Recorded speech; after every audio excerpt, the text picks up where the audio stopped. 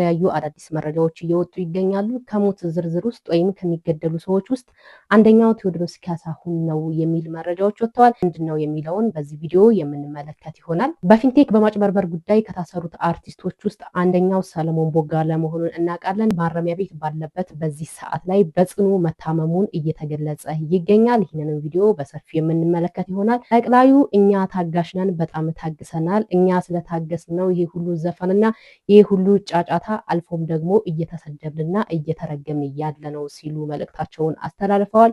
እሱንም የምንመለከት ይሆናል። አባታችን አብይ አርፎ የማይቀመጥ ከሆነ ግዙፍ የሆነ ሰላማዊ ሰልፍ እናደርጋለን ሲሉም ተሰምተዋል።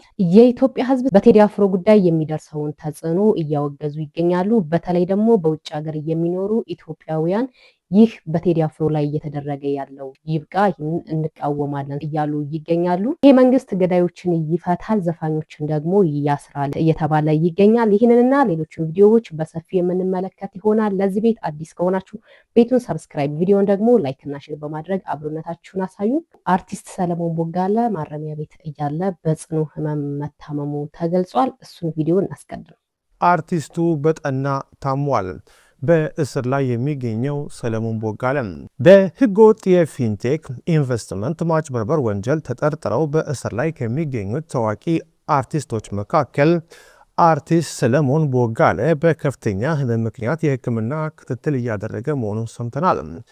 አርቲስቱ ቀደም ሲል በነበረበት የስኳርና የደም ግፊት ህመም አሁን ላይ ጸንቶበት ለመቆጣጠር በመቸገሩ ምክንያት አብዛኛውን የእስር ጊዜውን በፖሊስ ሆስፒታል ሕክምናው በመከታተል እያሳለፈ እንደሚገኝ ታውቋል። ሰለሞን ቦጋለ ባለህበት ጤና ተመልሶ የተጨበረበሩትን አካላት ይቅርታ ጠይቀ ወደ ስራ እንድትመለስ ምኞቴ ነው። ሁላችሁም አርቲስቶች የታሰራችሁት ማለት ነው ከጥፋታችሁ ታርማችሁ መካስ ያለባችሁን አካል ክሳችሁ ወደ ቀድሞ ስራችሁ እንድትመለሱ ምኞቴ ነው። በሌላኛው ቪዲዮ ስናቀና አንድ የፕሮቴስታንት አገልጋይ ከቴዲ አፍሮ ላይ ውረዱ፣ ቴዲ አፍሮ ያለው በቀላሉ እንደዚህ ነው ሲል ሀሳቡን አስቀምጧል። እንመልከት።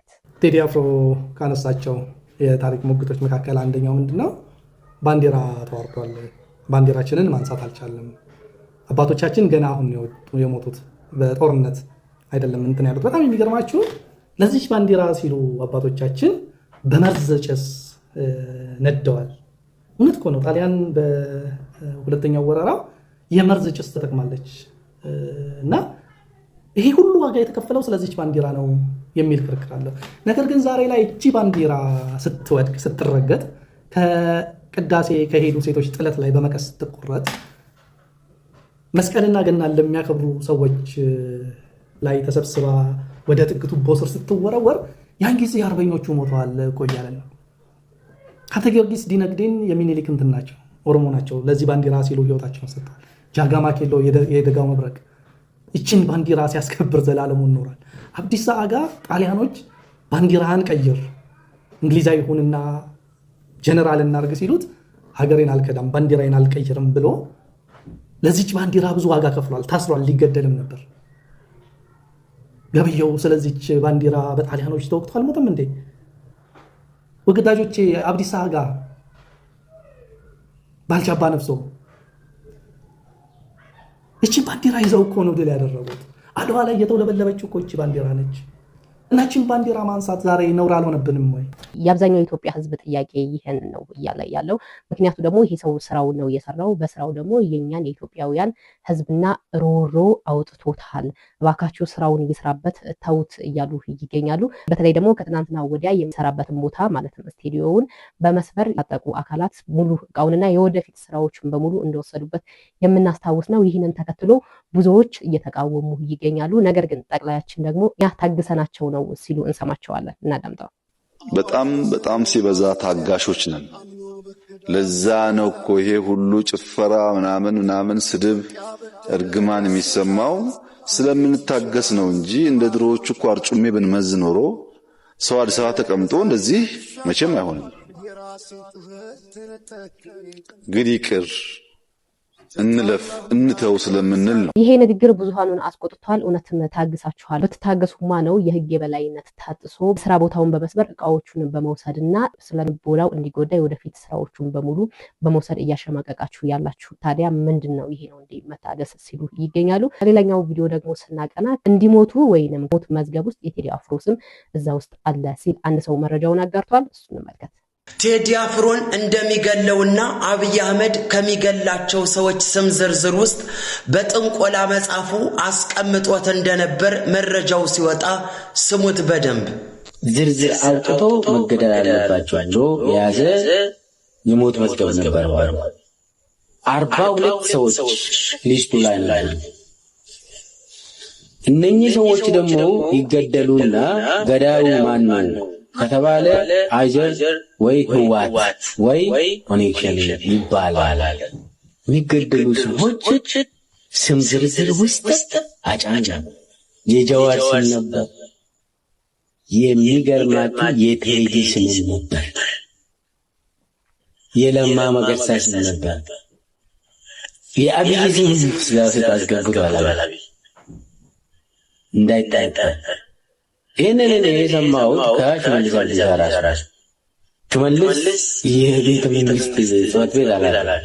ይሄ ጉዳይ አሁን ላይ ማነጋገሩን ቀጥሏል። ምክንያቱም ከተዘረዘሩት ውስጥ አንደኛው በህይወት እንደሌለ የምናውቅ ነው። ነገር ግን አሁን ላይ ደግሞ ቴዎድሮስም እንዳለ ወይም ቴዲ አፍሮ እንዳለና ምክንያት እየተፈለገ እንደነበረ እንደገና ደግሞ ከተገደለ በኋላ ማን ገደለው ሲባል የዳዮቹን አካል እዚህ ናቸው ተብሎ እንዲጠቆሙም በስነስርዓት ተቀምጦ እንዳለ ይሄ ሰው እንደሰማችሁት አጋርቷል። ይሄ ጉዳይ ኢትዮጵያውያንን እጅግ በጣም እያነጋገረ ይገኛል።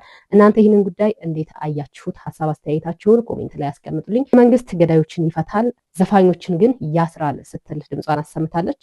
ይሄ መንግስት እንግዲህ ገዳይ ይፈታል። ቀነኒን የገደለ አንዱዓለምን ከስር ፈቶ ቴዲ አፍሮን ዘፈን ዘፈነ ብሎ የሚያስር መንግስት ነው እንግዲህ ያለን።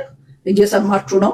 ገብተን የሰራውን ስራ አድንቀን ወጣን። ነገር ግን ሰው እየሞተ ነው። እኔ ሰው መሞቱን ክጄ አላውቅም። አዲስ አበባ ተሰርቷል። የስ መሀል አዲስ አበባ ኤርፖርቱ መሀል የሚታየው አካባቢ የስራ ለውጥ አለ። ኮልፌ እንደ ድሮ እንደዋን መሳለሚያ ምንም ያው ነው። መሀሉን የሰሩት መሀሉ የውጪ ዜጋ ወጥቶ የሚገባ ቢሰሙ በሳቅ ነው የሚሞቱት። አባታችን የኦርቶዶክሳውያን ስቃይ የማይበቃ ከሆነ አብይም ይህንን ነገር አይቶ ማስተካከያ የማይሰጥ ከሆነ ከፍተኛ የሆነ የህዝብ ሰልፍ እንጠራለን ሲሉ መልእክታቸውን አስቀምጠዋል። አሁንም ሰከን ብሎ ሊያስተካከል የሚገባ ከሆነ ያስተካከል፣ የማያስተካከል ከሆነ ግን አብይ ግዙፍ የሆነ ሰላማዊ ሰልፍ በመላው ኢትዮጵያ ላይ እኛ ህዝብ እንዲነሳ እናደርጋለን። በእንዲህ አይነት አካሄድ ከሆነ በእንዲህ አይነት አቅጣጫ የሚሄዱ ከእንግዲህ አንደበደብም፣ ከእንግዲህ አንቆስልም፣ ከእንግዲህ አንታሰርም። ይሄ መቆም አለበት። እቺ ሀገር የማንንም ሀገር አይደለችም፣ የኢትዮጵያ ሀገር ናት። ማንም ሊያፈርሳት አይችልም። አንዱ መጣል አንዱ መውዳቅ አይደለም። ሁሉ በዚች ሀገር ላይ እኩል ሰዎች ነን። መንግስትም እናስከብርኛል፣ ሰላም እናስመጣኛል። ግን ጥይት ለኛ ሊተኮስብን አይገባም። በቴዲ አፍሮ ዙሪያ ያሉት ሰዎች እየተንገላቱና እየታሰሩ መሆኑን እናውቃለን። እናም ይህንን እንግልትና በቴዲ ላይ የሚደርሰውን ጫና ለማቃለል ያክል ቻለንጅ ተጀምሯል። ቻለንጁም ሁሉም ሰው ቪዲዮ በእንግሊዝኛ እንዲሰራ ነው። ምክንያቱ ደግሞ ዓለም አቀፍ የሆነ ትኩረት እንዲያገኝ ከማሰብ አንጻር ነው። ይህንን ቻለንጅ ያስጀመረው ዮኒ ማኛ ወይም ዮናስ ሙሉነህ ነው። ሁሉም ሰው ይህንን ቻለንጅ እንዲቀላቀልና በእንግሊዝኛ ቪዲዮዎችን እንዲሰራ ስል ጥሪውን አስተላልፏል። በዚህ ጉዳይ ላይ እናንተ ያላችሁን ሀሳብ አስተያየት በኮሜንት ላይ ማስቀመጥ ትችላላችሁ። እዚህ ቤት አዲስ ከሆናችሁ ቤቱን ሰብስክራይብ፣ ቪዲዮን ደግሞ ላይክ በማድረግ አብሮነታችሁን አሳዩን። ኢትዮጵያ ሀገራችንን፣ ኦርቶዶክስ ሃይማኖታችንን እግዚአብሔር ይጠብቅልን። ቸር ቆዩ።